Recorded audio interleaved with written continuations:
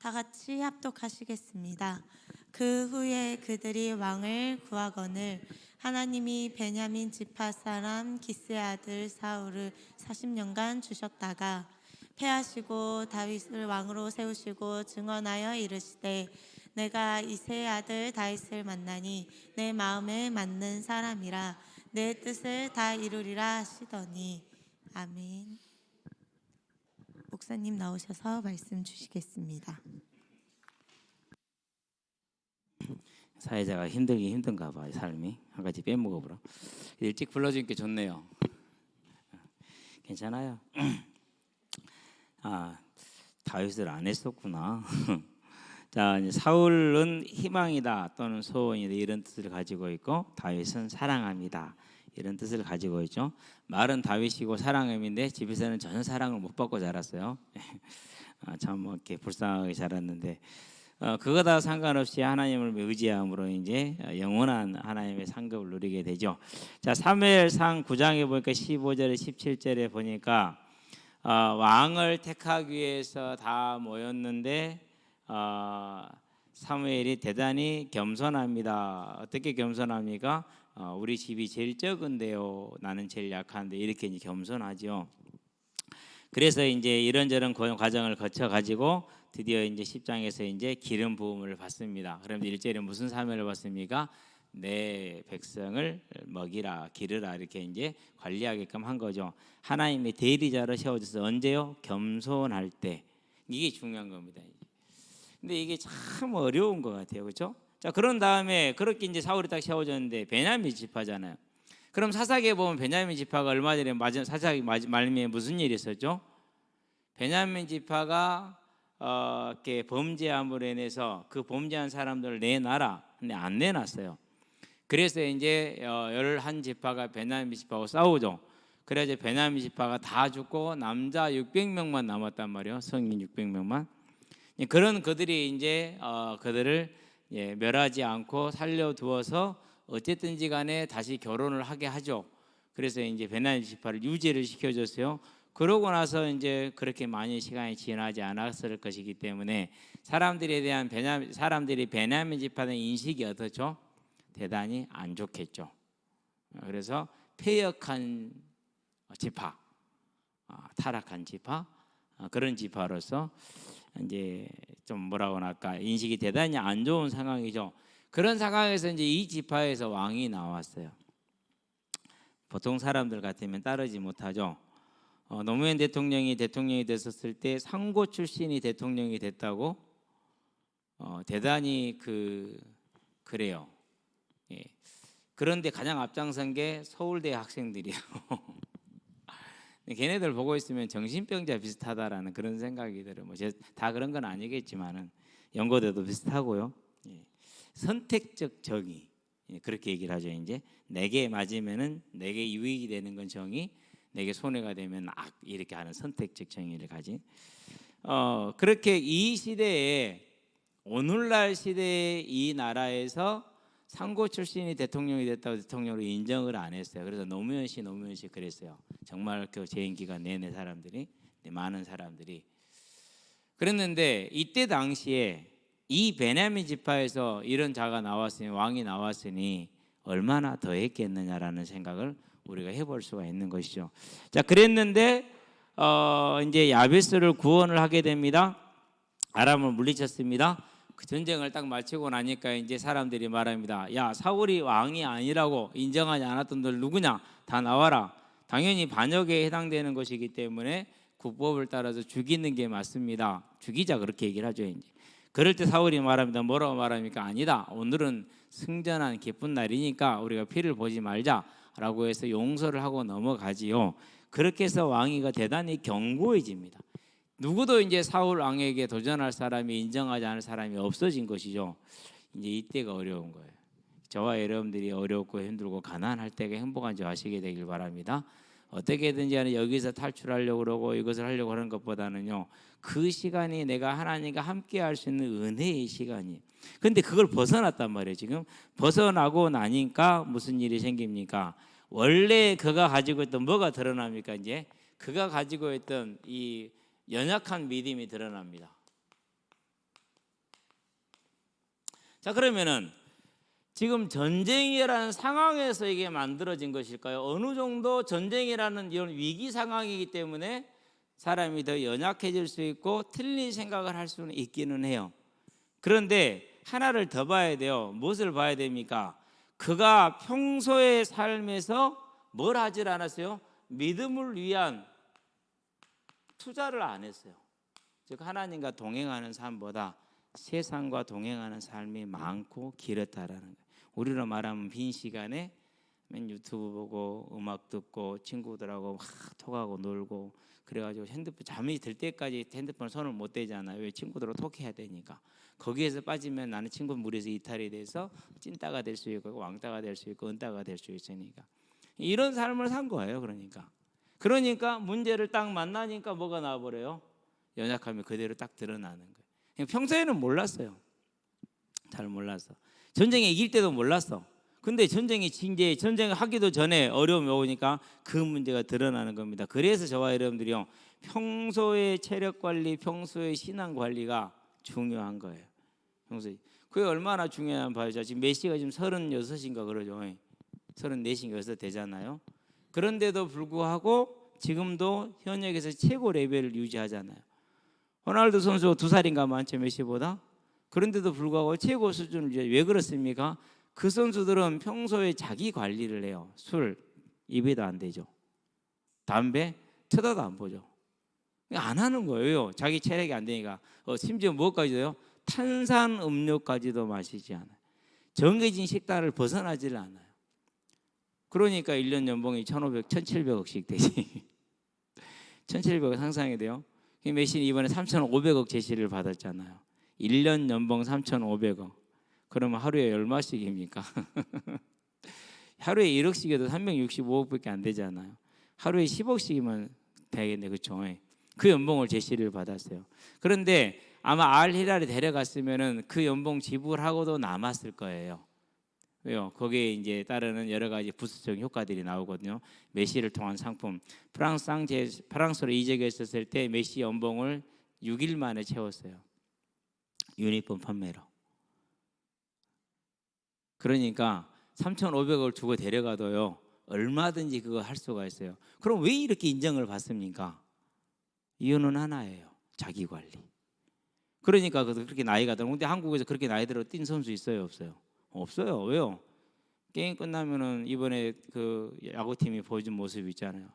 게임 경기 중에 국대로 나가가지고 밤새도록 여자 끼고 술 먹는 그런 삶을 살아요. 그러니까 이제 안 되는 거예요. 근데 사울이 그렇게 산 거예요. 당연히 안 되죠. 그렇죠? 그래서 여러분과 제가요, 오늘 이 자리에 모여 있고 우리가 이 믿음을 해도 투자를 한다는 것은요, 인생의 가장 지혜로운 일이에요. 그래서 이 지혜로운 것을 아는 사람, 그런 사람이 가장 강한 사람이고 멋있는 사람이라는 거 여러분은 항상 잊지 말고 기억하게 되길 바랍니다. 자, 근데 이 이제 상황이 되니까 그때 어떻게 됩니까? 이제 부정한 자로서, 즉 부자격자로 부정한 자이죠. 자격이 없습니다. 무자격입니다. 자로서 제사를 드렸어요. 이건 무엇에 해당됩니까? 사형에 해당됩니다. 자, 근거를 한번 찾아볼까요? 출애굽기 19장을 봅시다. 출애굽기 19장에 보니까 13절에 시내 산에서 하나님께서 이스라엘 백성을 경계를 시켜서 절대 정해진 선을 넘지 말게 합니다. 그게 뭡니까? 이제 안 그러면 죽게 되니까 이렇게 얘기를 하죠.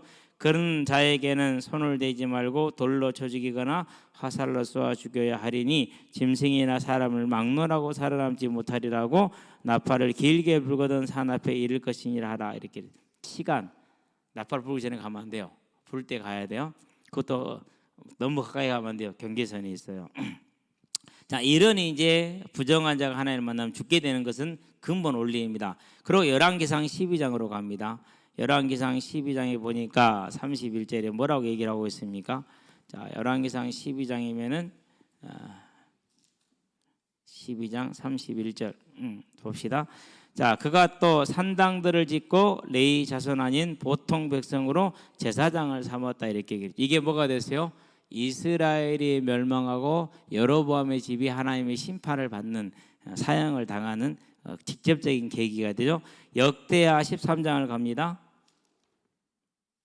자, 역대하 13장에 보니까 뭐라고 얘기를 하고 있습니까? 13장 9절이네요. 역대하 지금 13장. 자, 9절에 보니까 너희가 아론 자손인 여호와의 제사장들과 레위 사람들을 쫓아내고 이방 백성을 풍속을 따라 제사장을 삼지 아니하였느냐? 누구를 막나라고 어린 수송아지 한 마리와 순양 7마리를 끌고 와서 장립을 받고자 하는 자마다 허무한 신들의 제사장이 될 수 있도다. 무슨 장면이냐면요, 유다와 이스라엘이 전쟁을 하면서 유다 왕이 이스라엘을 책망하는 장면이에요. 그러니까 이 문제는 나라가 전쟁에서 제일 문제이고 개인은 죽어야 될 문제예요. 그럴 정도로 크고 심각한 문제예요. 근데 사울이 그걸 범한 거예요. 얼마나 그가 연약한 자였는지, 믿음이 모자란 자였는지, 또 그 믿음의 훈련을 안 해놨는지를 우리가 알 수 있는 장면이죠. 자, 그렇게 해서 이제 했는데 거기에 또 한 가지 불신앙이 있어요. 자, 전쟁의 승패가 사람의 많고 적음에 달려 있습니까? 아니잖아요. 그렇죠. 사무엘상에 보니까 17장 47절 다윗이 전쟁은 여호와께 속하였다라고 얘기를 합니다. 다윗은 그 믿음이 있었는데 사람이 많고 적음에, 자 그러면 사람이 많고 적은데 이것이 거짓말이 왜 거짓말이냐면요, 그때 당시엔 칼이 몇 자루 있었어요? 칼이 2자루 있었어요. 사울 한 자루, 요나단 한 자루. 나머지 사람 뭐만 들고 있어요? 끈하고 푸대만 들고 있어요. 뭐 하려고요? 하나님이 전부 다 치면은 가서 주워 담으려고, 누워가려고. 그게 전쟁이에요 지금. 그렇기 때문에 뭐 하면 됩니까? 조용히 차라리 뭐 하면 돼요? 그냥 물러가면 돼요. 안 그러면은 죽든지 살든지 기다려 보든가. 사람께 사무엘이 온다고 했으니까 오겠지라고 기다리면 되거든. 근데 그걸 못 기다린 거예요. 믿음의 연약한 모습을 정확하게 보여준 것이죠. 자, 그런 다음에 15장을 갑니다. 그런데 하나님이 안 죽였어요. 안 죽이고 단지 뭘 말합니까? 13장 13절 14절에 보니까 왕의 나라가 뭐하지 못하리라 그럽니까? 길지 못하리라 라고 얘기를 합니다. 13절 14절에 보니까 자 이렇게 얘기를 하죠. 사무엘이 사울에게 이르되 왕이 망령되이 행하였도다. 왕의 하나님 여호와께서 왕에게 내리신 명령을 지키지 아니하였도다. 그리하였다라면 여호와께서 이스라엘 위에 왕의 나라를 영원히 세우셨을 건데 그는 얼마나 아쉬워요. 그렇죠? 영원히 세울 수 있는 기회를 스스로 날렸잖아요. 자, 지금은 왕의 자리가 길지 못할 것이라 여호와께서 왕에게 명령하신 바를 왕이 지키지 아니하였으므로 여호와께서 그의 마음에 맞는 사람을 구하여 여호와께서 그를 그의 백성의 지도자로 삼으셨느니라 하고 그러고 돌아가 버렸어요. 자, 그러면은 사울이 어떻게 해야 됩니까? 어쨌든 회개하고 하나님 앞에 다시 용서를 구하고 사무엘에게 나가서 어떻게 해야겠냐고 물어야 된단 말이죠. 안 해요. 안 해.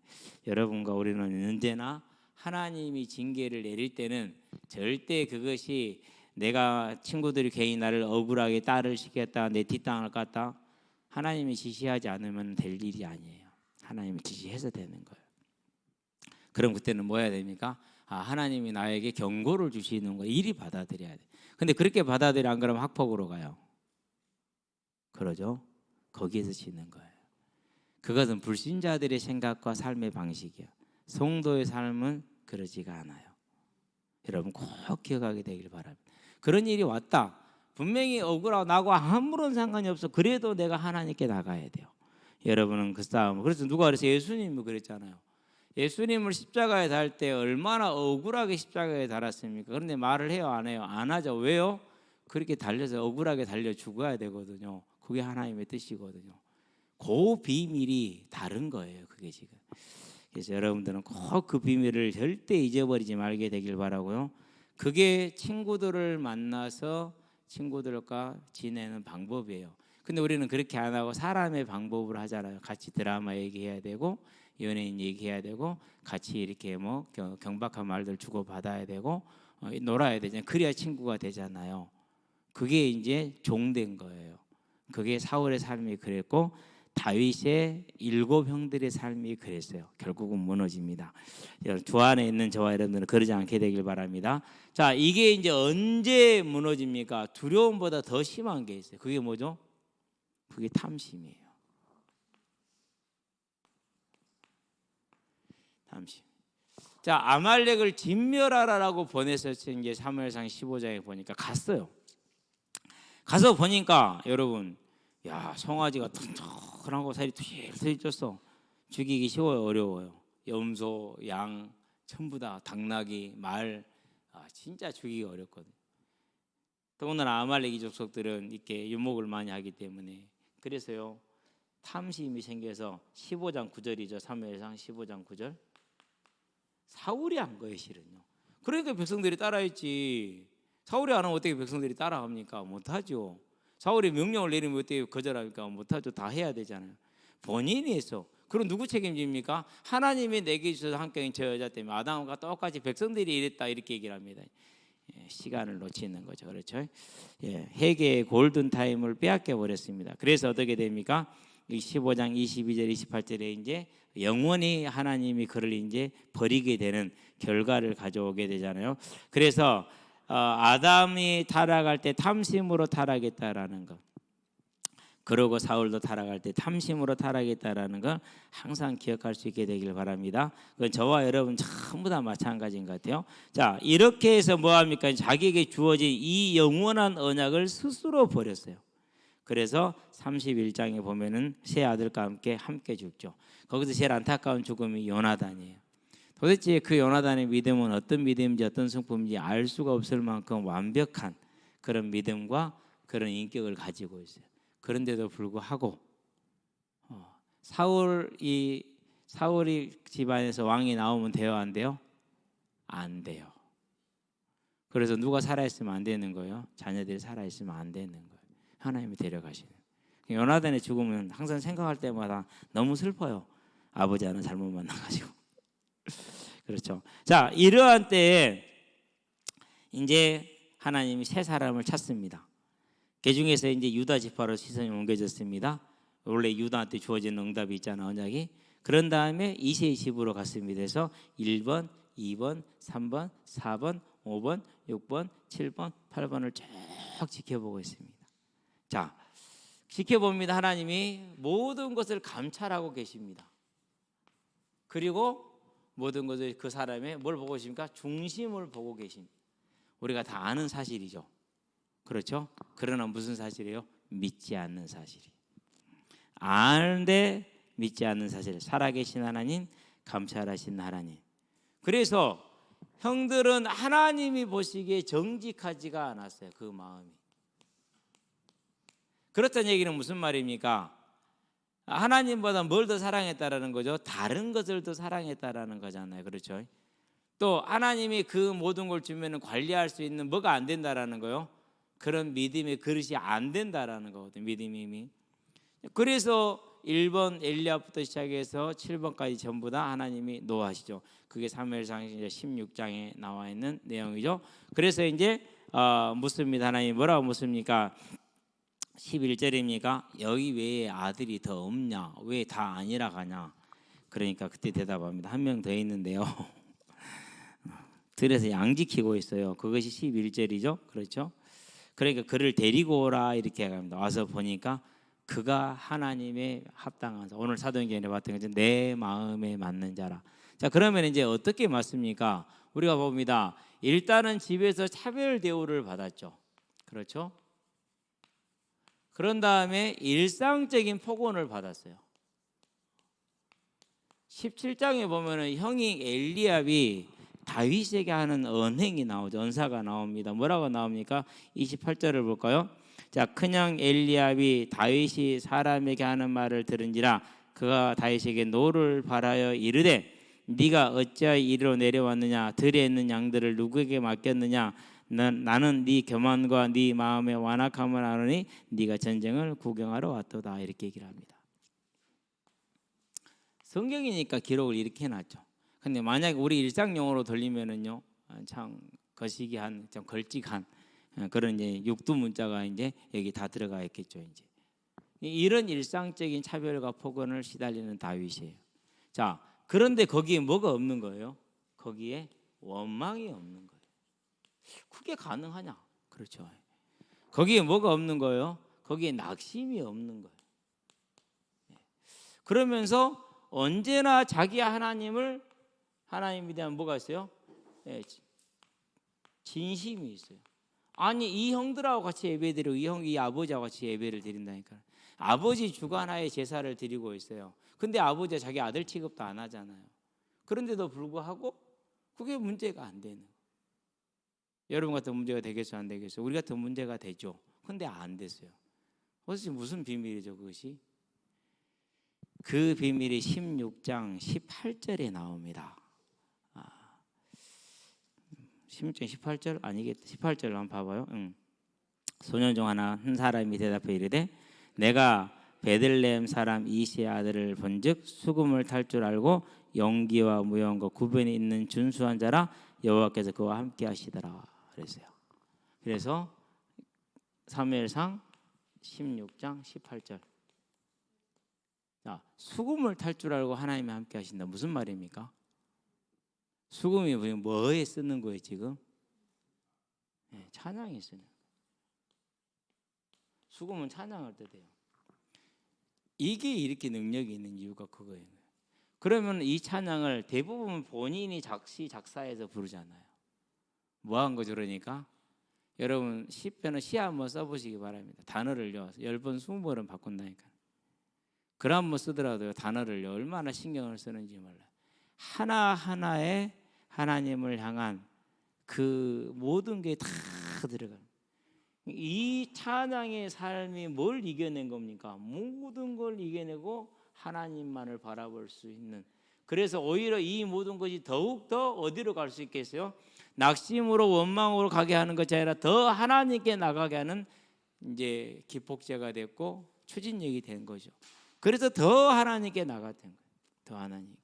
그러니까 뭐합니까? 내 마음에 합당하다. 이미 소년 다윗은 하나님께 인정을 받은 믿음의 삶의 모습, 이런 걸 뭐라고 그럽니까? 이런 걸 거룩이라고 표현을 하죠. 여러분과 저도 이 거룩을 사모할 수 있게 되길 바랍니다. 이걸 다 가지고 있는 거예요. 자, 그러니까 다윗 또래 친구들이 다윗만 만나면 어떻게 되는 거예요? 다윗 찬양하자, 한 찬양 불러줘, 이렇게 되는 거예요. 그래서 제가 우리 중등부를 지도할 때, 전수할 때요, 가장 소원했던 게 아이들이 스스로 자기 하나님을 찬양하는 것이었어요. 근데 어느 날 하나님이 그 응답으로 역사를 하시더라고요.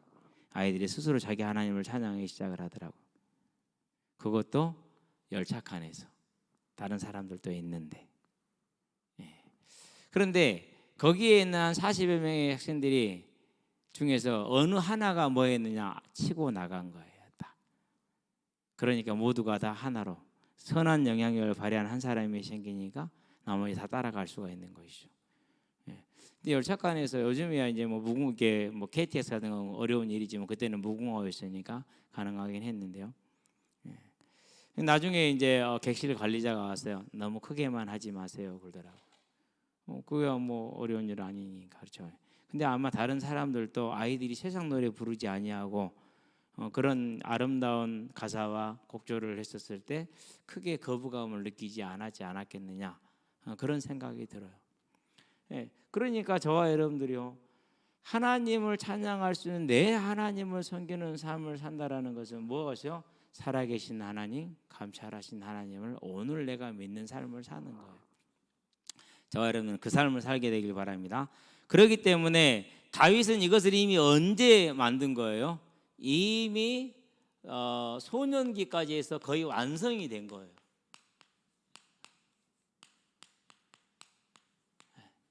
소년기까지 거의 그게 완성이 됐어요. 저와 여러분들이요 진짜 사모해야 될 거예요. 특별히 여기 있는 학생들은 여러분 아직 어리잖아요. 사모하세요. 그러면 여러분의 삶은요 상상 이상의 하나님의 능력과 은혜 가운데 거합니다. 그렇지 않고 다윗의 7명의 형들이나 안 그러면은 사울처럼 지내면은 문제를 만나서 넘어집니다. 무너집니다. 그리고 그 모든 짐은 다 내가 져야 됩니다. 내 인생의 짐으로 지고 가야 되거든요. 그러면은 그때 가서는 후회해도 때는 늦습니다. 되돌릴 수가 없어요. 어쨌든가 저와 여러분들은 지금 이런 거 다윗은 이게 이때 완성이 된 거예요. 그래서 17살의 그 소년으로 하나님의 부름을 받았었을 때 그는 다 골리앗과 싸울 수 있는 믿음의 능력을 가질 수가 있었던 겁니다. 우리가 그 믿음을 바라보고 그 또 후대를 바라보면서 사역자들로 일꾼으로 서게 되길 바랍니다. 자, 이게 있었기 때문에 사무엘상 24장이 나옵니다. 26장이 나옵니다. 그렇죠. 이게 있었기 때문에 사무엘하 1장 17절에서 31절인가요? 이게 나옵니다. 사울 왕을 죽일 수 있는 기회가 있으나 그를 죽이지 않습니다. 하나님의 주권을 믿었습니다. 살아계신 하나님을 믿었습니다.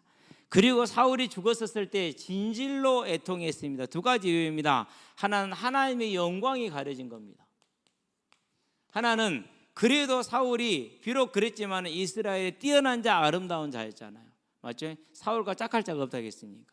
그 아름다운 자, 그리고 그 아들 요나단도 아름다운 자잖아요. 그 사람에 대한 사랑이 있었던 겁니다. 이걸 잃어버리면 안 돼요. 그래서 복음은요, 아무리 자기를 미워하고 자기를 죽이려고 해도요, 그 사람에 대한 사랑을 잃어버리는 것은 아니에요. 그게 복음이에요. 저와 여러분들은 이 모습을, 저는 내 일생에 사모해야 될, 내가 더 도달하기를 원하는 내 삶의 모델이에요. 그 누구보다도. 어째 보면 바울보다도 더 다윗의 이 모습 상상이 안 갑니다. 저는 솔직히 말해서. 사울이 죽었습니다. 거 봐라, 너 하나님 앞에서 그렇게 하더니 나 그렇게 뒤질 줄 알았다. 속이 다 시원하네. 10년 묵은 체중이 시원하게 내려가네.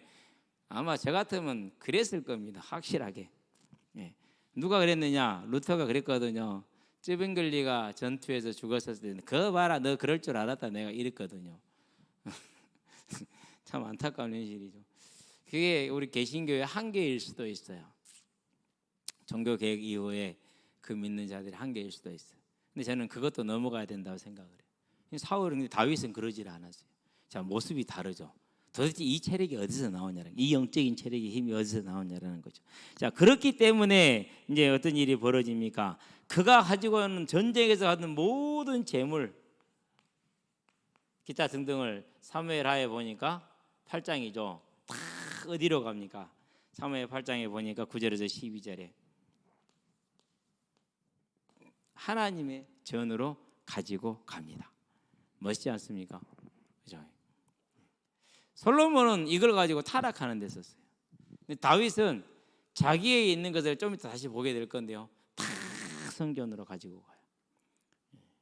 그래가지고요, 성전을 지을 수 있게 하고 하나님의 나라를 지을 수 있게 하고, 두 번째 제사장들의 삶을 완전하게 보장을 해서 하나님을 섬기는데 모자람이 없게 하죠. 그렇죠? 이게 지혜예요, 이것이. 자, 그러면 이게 어디 나왔으니까 신명기 나와 있죠. 17장 17절을 볼게요. 16절 17절 말미에서 17절 두 절을 다 있는데, 말을 많이 두지 말고 은금을 넣어서 많이 두지 말라라는 말씀이죠. 근데 그 말을 그대로 지켰어요. 사울은. 다윗은. 사울은 못했고 솔로몬은 못했던 일이죠. 그렇죠? 자, 이것을 마태복음 16장에서 뭐라고 그럽니까? 마태복음 16장 19절에서 24절에 얘기하고 있죠. 저와 여러분의 보물을 땅에 쌓지 말고 하늘에 쌓으시게 되길 바랍니다. 왜 그렇습니까? 시편 49편 이렇게 말합니다. 재물을 사랑한 자는 어리석은 자다. 왜? 죽을 건데 죽으면 가져갈 것도 아닌데, 이렇게 얘기를 합니다. 근데 재물을 쌓은 사람들, 모든 사람들의 공통적인 특징이 뭐냐? 나는 안 죽을 거야. 즉 죽음에 대한 개념이 없는 거죠. 그리고 이것은 내 거야. 아니, 남이 차지할 걸 모른다라는 거. 죽으면 남이 차지하잖아요. 그렇죠? 그래서 시편 16편 49편을 읽어보면요, 정말 우리 인생의 지혜를 얻을 수 있죠. 근데 다윗은 진짜 그 지혜를 가졌던 사람이에요. 쉽지 않죠? 어렵지 않죠? 어렵습니다. 저와 여러분 할 수 있게 되길 바랍니다. 그래서 이렇게 보면은 빌 게이츠라든가 이런 사람들은 자기 재산을 다 모아서 다시 자기 소유가 아니라 하나님의 소유로 돌려서 재단을 만들고 다시 자기네 남은 여생을 그 재단을 관리하는 일을 하잖아요. 그렇죠? 자녀들한테 뭐예요? 아주 기본적인 것만 물려주고, 그게 맞는 거죠. 저와 여러분은 이 눈이, 하긴 우리는 물려줄 것도 없습니다만은 그렇죠. 자, 어쨌든 간에 일생을 살아가는 지혜가 되기를 바랍니다. 다윗은 그게 있어요. 왜 그렇다고요? 그 하나님을 믿는 믿음이, 특별히 영원한 천국을 바라보는 믿음이 이제 있어서 그렇습니다. 나올 것입니다. 좀 이따가 이제. 자, 그런 다음에 이제 죄를 범했습니다. 11장에 나오죠. 분명히 사형에 해당하는 죄입니다. 간음과 살인 교사니까. 그렇죠? 둘 다 사형이에요. 특별히 사역계 살인보다 더 형이 무거운 게 뭐예요? 그게 살인 교사예요. 그래도 형이 더 무거워요. 근데 이런 죄를 다윗이 지었어요. 그걸 나단이 지적을 해요.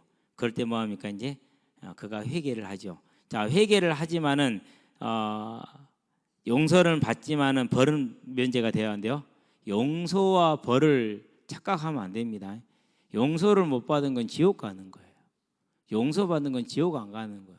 대신에 뭘 받는 거예요? 거기에 합당한 매를 맞는 거예요. 그게 벌을 받는 거예요. 출애굽기 34장 7절인가 나오죠. 그렇죠? 용서는 하되 뭔 하지 않는다고요?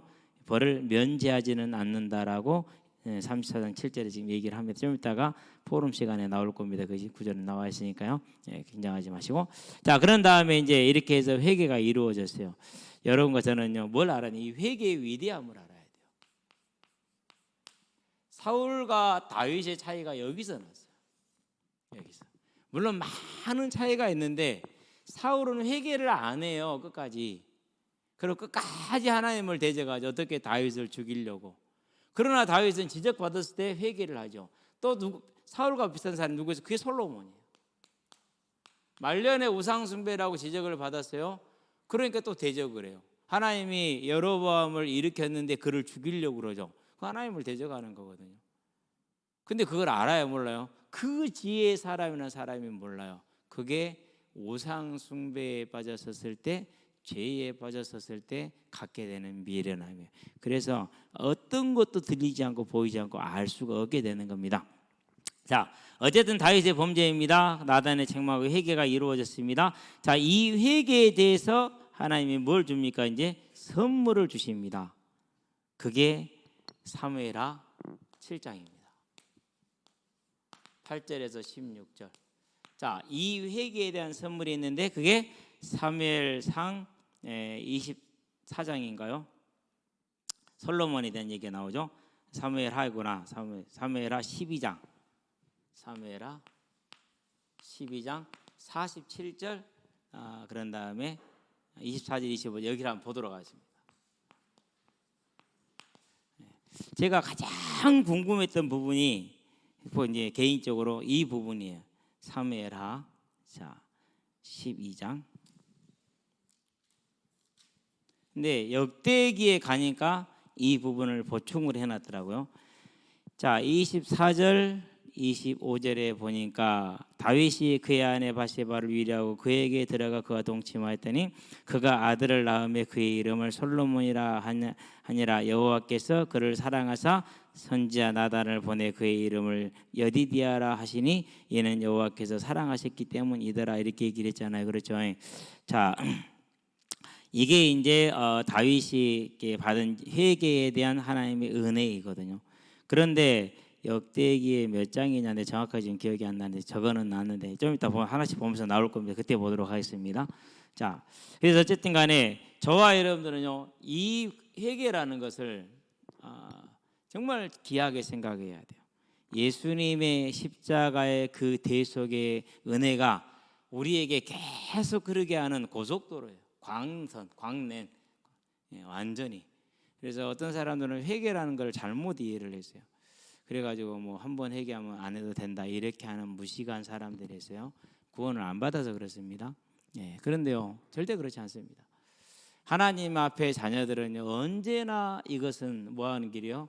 사단을 물리치고 하나님의 은혜, 하나님과의 관계를 회복하는 예수님의 대속의 십자가의 가장 큰 능력 중에 한 가지. 우리를 죄에서 벗어나게 했어요. 우리를 죄에서 보호하는 길이 그게 회개예요. 이제 저와 여러분들이 이 회개를 분명히 붙들고 사울과 다윗과 솔로몬 이 세 사람을 보면서 다윗의 회개, 두 사람의 회개하지 못함 결과가 완전히 다르잖아요. 언제나 우리는 하나님과 동행하는 삶을 사시게 되길 바랍니다. 자, 그런 다음에 이제 사무엘하 7장 다윗의 언약이죠. 이 언약은 하나님이 회개에 대한 그 이제 믿음으로 또 그 언약에 대한 증거로 주신 게 솔로몬이죠. 그래서 솔로몬은 회개의 열매이면서 또 뭡니까? 다윗 언약에 대한 증거입니다. 증거, 열매, 증표가 되는 것이죠. 자, 그런 다음 그 밑에를 보도록 하겠습니다. 역대상 22장으로 가도록 하겠습니다. 여기서 다윗의 중심을 우리가 보여줍니다. 역대상 22장에 보니까 다윗이 하는 장면이 나오는데 1절 2절 보니까 이렇게 나옵니다. 2절 봅시다. 다윗이 명령하여 이스라엘 땅에 거류하는 이방 사람을 모으고 석수를 시켜 하나님의 성전을 건축할 돌을 다듬게 하고, 다윗이 또 문짝목과 그물못에 쓸 철을 많이 준비하고, 또 무게를 달 수 없을 만큼 힘이 많은 돛을 준비하고, 또 백향목을 무수히 준비하였으니 이는 시돈 사람과 두루 사람이 백향목을 다윗에게로 많이 수용하여 왔습니다. 다윗이 이르되, 이렇게 얘기를 하죠. 이제 여기까지만 일단은 볼게요. 그러니까 다윗이 지금 뭘 하고 있는 장면입니까? 성전을 준비하는 장면이죠. 14절을 갈까요? 22장 14절. 내가 환난 중에 여호와의 성전을 위해 금 10만 달란트. 한 달란트가 34kg. 10만 달란트면 얼마나 되는지 알겠죠. 상상이 안 가죠. 그렇죠? 은 100만 달란트. 놋과 철을 무수히 무게를 달 수 없을 만큼 심히 많이 준비했고, 또 제목과 돌을 준비하였으나 너는 더할 것이며 그랬어요. 자녀들한테 이런 정도는 남길 수 있어야 돼요. 너는 더하라라는 그럴 정도로. 그렇죠? 자, 그런 다음에 28장으로 가요. 이제 28장에 보니까 11절부터 19절인데 다 보기는 힘드니까 자 11절을 보고 11절 19절을 볼게요. 자, 다윗이 성전의 복도와 그 집들과 그 곡관과 다락과 골방과 속죄소의 설계들을 그의 아들 솔로몬에게 주고 그랬어요. 그러고 전부 다 무엇을 얼마만큼 해서 어떻게 만들 것이며 그걸 다 기록을 했어요. 그렇죠? 그러고 나서 19절에 다윗이 이르되 여호와의 손이 내게 임하여 이 모든 일의 설계를 그려 나에게 알려주셨느니라. 얼마나 그가 사모했는지를 알 수가 있죠. 설계를 팍 해놨어요. 언제 했을까 참 할 정도로 여러분 그 모습을 한번 그려보시게 되길 바랍니다. 성전에서 예배를 상상을 하면서 그것을 국자 하나 부젓가락 하나 전부 다 길이와 양식과 그리고 쓸 은금의 그런 중량까지 전부 다 계산을 해서 하는데 그걸 성령의 영감으로 받은 것입니다. 그렇죠? 29장 갑니다. 1절에서 5절입니다. 다윗 왕이 온 회중에 이르되 내 아들 솔로몬이 유일하게 하나님께서 택하신 바 되었으나 그렇습니다. 아직 어리고 미숙하여 이 공사는 크도다. 이 성전을 사람을 위한 것이 아니요 여호와 하나님을 위한 것이라. 내가 이미 내 하나님의 성전을 위하여 힘을 다하여 준비하나니 곧 기구를 만들 금과 은과 놋과 철과 나무와 또 만호와 가공할 검은 보석과 그다음에 채석과 다른 모든 보석과 옥돌이 매우 많으며 성전을 위하여 준비한 이 모든 것 외에는 내 마음에 내 하나님의 성전을 사모함으로 내가 사유한 금 은으로 내 하나님의 성전을 위해 드렸느니 곧 오빌의 금 3천 달란트. 아까는 1,000 달란트였잖아요. 더 늘어났어요. 이제 2,000 달란트가. 그렇죠. 10만 달란트 외에 지금 3,000 달란트 또 쳐야진 겁니다. 수는 7,000 달란트. 모든 성전벽이 비며 금, 은 그릇을 만들어 장인 손으로 하는 모든 일에 쓰게 하였노니 오늘 누가 즐거이 손에 쥐어 여호와께 드리겠느냐 하는지라. 먼저 앞장서서 드렸죠. 그렇죠. 이렇게 이제 하나님 앞에서 드린 겁니다. 그러고 나서 이제 하나님에 대한 믿음을 고백하는 장면이 종이 나오는데 29장 18절을 봅니다. 뭐라고 말합니까? 우리 조상들 아브라함과 이삭과 이스라엘 하나님 여호와여 그랬어요. 이 말은 무슨 말이죠?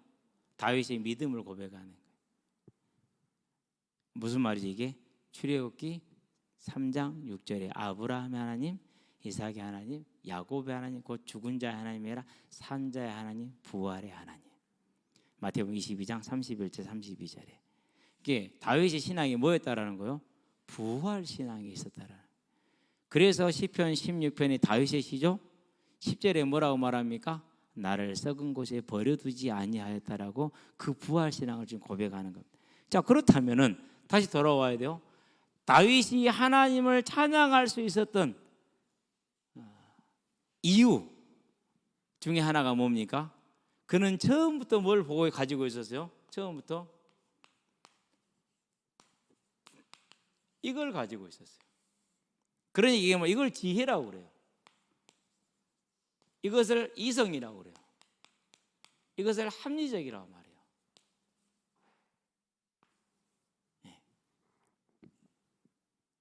처음부터 다윗이 가지고 있던 소망이죠.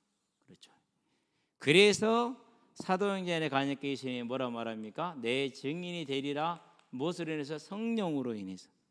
즉 성령의 사역이 예수를 증거하는데 그 증거 내용이 뭐라고요? 그의 부활이라고 얘기를 했어요.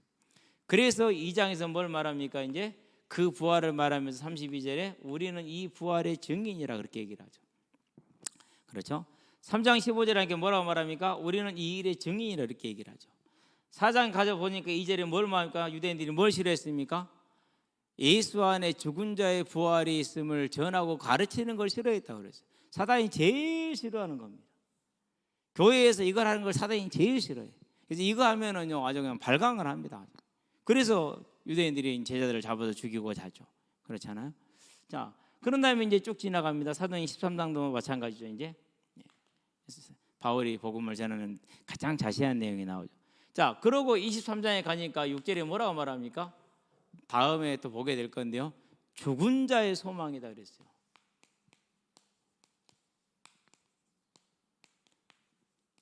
뭐가요? 부활이.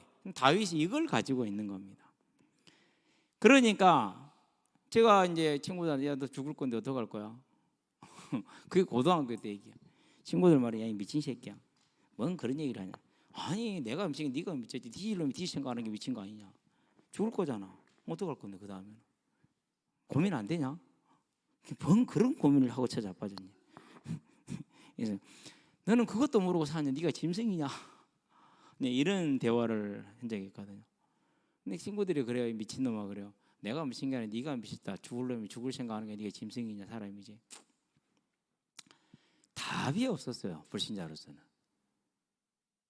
친구들 교회 다니는 친구들도 아무도 모르고 말하지 않고 몰랐는지는 모르겠어요. 하여튼 말은 안 하는 거 확실해요. 그죠? 자 24장 갑니다. 15절은 뭐랄까? 산자와 죽은 자의 부활 그렇게 얘기를 했어요. 그렇죠? 자 그런 다음에 26장 갑니다. 7절에 우리 12지파가 밤낮으로 하나님 섬겨 간절히 섬겨서 얻기를 원했던 게 뭐냐고? 그게 부활이라고 얘기를 했어요. 그러니까 가장 핵심적인 게 저는 이거라고 봐요. 죽은 자의 소망이 뭐냐라는 거죠. 다윗의 7 형들은 이 부분에 대해서 고민이 없었어요. 갈등이 없었어요. 그냥 오늘 먹고 놀고 마시고 하는 것이 즐겁고 재미있었을 뿐이에요. 그렇게 인생을 산 거죠. 그런 걸 뭐라 그러면 그래서 시편 49편에 멸망하는 짐승과 같도다 그렇게 했어요. 인생은 종기 하나 장구하지 못하며 멸망하는 짐승과 같도다. 딱 그 사람이 사는 거죠. 저와 여러분들은 그래서요. 다윗이 어떻게 이 길을 걸어왔겠느냐, 어떻게 그 언약을 다 이룰 뿐만 아니라 언약을 차지하는 주역이 됐느냐, 여기에 있다. 죽은 자의 소망이 무엇인지를 정확하게 알았고, 내가 죽은 자라는 걸 알았고, 영원한 부활에 대한 하나님의 계획과 그 선물이 뭔지를 알았고, 이걸 격근에 붙들었기 때문에 그 어떤 것에도 흔들리지 않을 수 있고, 그 어떤 것도 그걸 뺏어갈 수 없고 무너뜨릴 수 없었다라는 겁니다. 저는 여기 있는 여러분들이 이 사실에, 그리고 저 또한 이 사실에 든든히 서고 그 서는 은혜가 있기를 바랍니다. 최고의 선물이고 최고의 복이지 않느냐라는 생각이 듭니다. 이거였어요. 이제 그래서 마태복음 1장 1절에 보니까 다윗의 언약이 성취되는 장면이 쭉 이렇게 나오죠. 그렇죠? 그러고 어떻게 됐습니까? 마가복음 16장 19절에 하나님 우편에 뭐하니라? 앉으시니라 그랬어요. 그래서 어떻게 된 거고? 완전한 성취를 딱 보여준 거잖아요. 영원한 왕으로서. 그러면 저와 여러분들이 이와 같은 언약이 분명히 성취될 것인데, 사울처럼 가져놓고 뺏길 것이냐, 안 그러면은 다윗처럼 정복하면서 차지하는 자가 될 것이냐. 저와 여러분은 정복하며 차지하는 자가 되기를 주의 이름으로 축원드립니다. 자, 교제 시간을 보도록 합니다. 조금 다른 내용들이 있을 수 있어요. 겸손했던 사울이 왕이 되려 교만해진 것을 어떻게 보느냐, 나는 어떨 것인가, 다음 생각 고민 한번 해보게 되길 바랍니다. 그래서 다 잘 되는 것이 과연 복이냐, 그렇죠? 다윗은 어떻게 항상 믿음을 지킬 수 있었을까? 그 믿음의 비밀이 사주 경계에 있었다면서 75편에 달하는 다윗의 시편, 그리고 그 결과물들, 사무엘상 16장 18절에 나오는 아까 보았던 그 장면들과 생각을 해서요. 예. 그런 다음에 그가 얼마나 찬양했는가를 보여주는 모습이었죠. 다윗이 어렸을 때 일생 동안 겪었던 어려움들과 그것을 이길 수 있던 힘이 어디서 나왔는가? 우리는 다윗의 일생을 알잖아요. 다윗의 범죄, 선지자의 지역, 다윗의 회개와 용서, 죄에 대한 벌에 대하여서 한번 고민을 한번 해보게 되길 바라고, 다윗 언약의 성취를 통해 이제 우리에게 주어진 언약과 즉 다시 오려는 그 언약이죠. 재림 언약이죠. 그 일에 우리를 일꾼으로 부르신 것이죠. 그 성취를 우리가 확인하면서 이제 내가 나가야 될 길을 한번 그려보게 되길 바랍니다. 그래서 우리 은재가 고3이잖아요. 대학을 많이 고민을 하더라고요. 제 대답은 딱 한 가지예요. 편한 곳, 가까운 곳, 쉬운 곳, 다니기 쉬운 곳. 첫 번째. 두 번째, 보다 근본적인 이유, 내가 먹고 살기 위해서 내가 원하는 내가 뭔가 꿈이 있는데 그걸 이루기 위해서 대학을 간다. 물론 다 그렇게 가요. 저는 그렇게 말합니다. 그렇게 가지 말고 그곳에 내가 전도자로 선교사로 간다. 이렇게 가면 된다. 그렇게 가라. 진짜 그러게 되길 바랍니다. 그거 하나예요. 가보면 알아요. 그러고 가서 내가 어느 과를 가든지 간에 나는 그 일을 하는 거예요. 그러니까 성적에 크게 매이지 않아요. 취업에 안 매여요. 그런데 그렇게 살았는데 하나님은 내 직장을 준비해 놓으셨어요. 그런 인생을 살아야 돼요. 안 그러면 애쓰고 바둥거리고 그런 인생을 살아야 돼요. 저는 그 정도의 지혜 그리고 이해 그리고 담대함은 있어야 된다고 생각을 해요. 제 인생을 그렇게 살고 있기 때문에 그렇습니다. 인생을 그렇게 살기 때문에. 그래서 여러분 만나서 안 그래서 광양 못 왔어요. 서울에서 머물러서 큰 교회에서 지금도 그냥 구역 맡으면서 성도들의 대접 잘 받으면서 그러고 살고 있을 겁니다. 저는 그런 것보다는요, 내가 하나님이 내게 주신 그 소망, 그것을 이루는 것을 더 우선했고, 그래서 오늘까지 온 것이고 앞으로도 그렇게 갈 것이고, 저와 여러분들이 이 다윗이 누렸던 언약의 삶을 여러분도 누리게 되기를, 우리가 다 같이 누리게 되기를 주의 이름으로 축원드립니다. 기도합시다. 살아계신 아버지 하나님, 하나님께서 우리에게 허락하신 이 아름다운 놀라운 언약의 신분을 감사를 드립니다. 사울처럼 작은 것에 눈이 멀고 작은 것에 겁을 먹고 세상을 사랑하는 탐심 때문에 잃어버린 자가 아니라 다윗처럼 모든 걸 내어두고 모든 걸 하나님께 드림으로 오히려 더 차지하는 참된 믿음의 지혜와 능력 있는 자로 설 수 있도록 여기 모인 우리 모두에게 하나님께서 은혜를 베풀어 주시기를 그리스도신 예수의 이름으로 기도합니다. 아멘.